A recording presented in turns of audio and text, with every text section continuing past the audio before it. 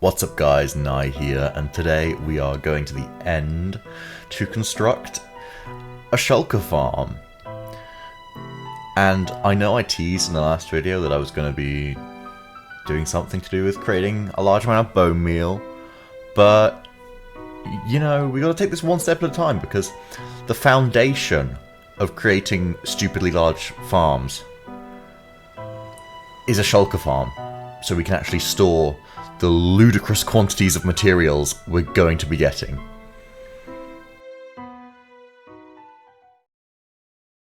First, we're just going to drop down the hole I've been digging around the end portal, you know, to open it up, and oh, believe me, that hole is going to get so much bigger, and there's going to be an epic build around the end portal. It's going to be great. And yeah, shulker farm time. So first things first, we're going to head through the end gateway and see my super useful glass arrow that I built that's pointing to the nearest end city. And we're going to be building the shulker farm in the end because it's going to be one of the scaffolding based ones that can be built in the end. They're not the most efficient, but moving shulkers is the worst. And moving them through dimensions makes them being the worst to the worst of the worst.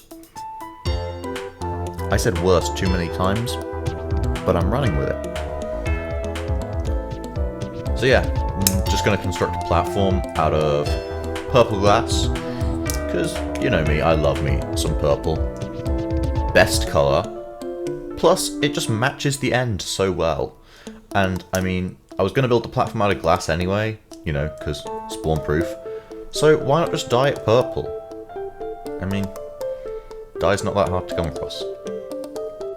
So the amount of redstone needed in a scaffolding-based shulker farm, or at least in this design, is very minimal, because the majority of the materials you're going to need are scaffolding, slabs, and then getting a shulker.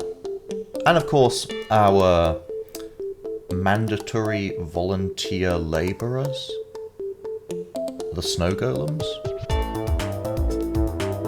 They're happy, you know, 6 of them in one area. Next up, we're going to need a name tag. Wow, that's a good name. Maybe you should, like, do that. Because we're going to be needing an endermite. Now, the endermite aggroes our mandatory volunteer labourers, so that they are shooting snowballs at the endermite, but because of its position they then miss the endermite and they hit the shulker, which aggroes the shulker and causes it to shoot itself with its balls, causing it to reproduce. God, that sounds wrong. But I think technically it's still correct. Nice. So yeah, now that all of the... well, that's probably about 80% of the redstone, because there's also the collection system and the killing area. But yeah, now all that I really need to do, aside from obviously the killing area, is just place a ton of layers of scaffolding, followed by a layer of slabs. Boom. Easy as that.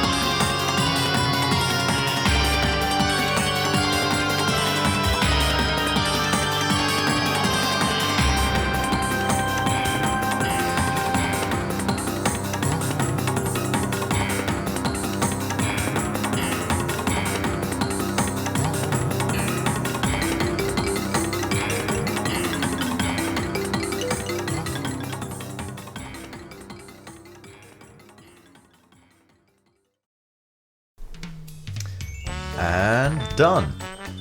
That marks the actual Shulker farm part complete. All that's left to do now, fly on over to the end city and transport a Shulker. Yeah, this is not gonna be fun.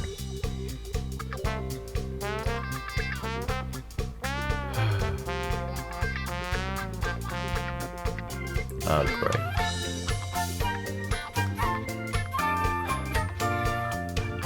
This is where the fun begins. Psych.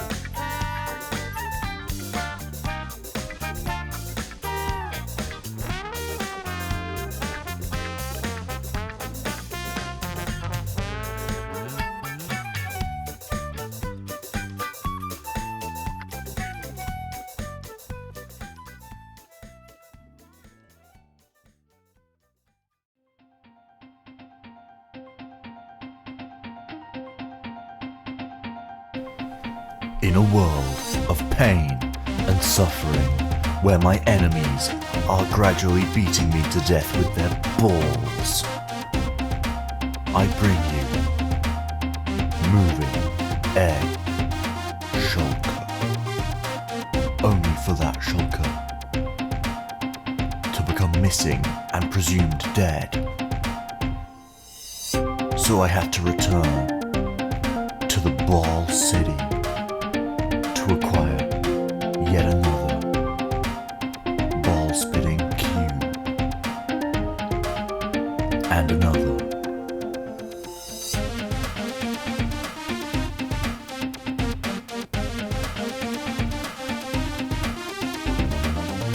Oh, that's what was happening.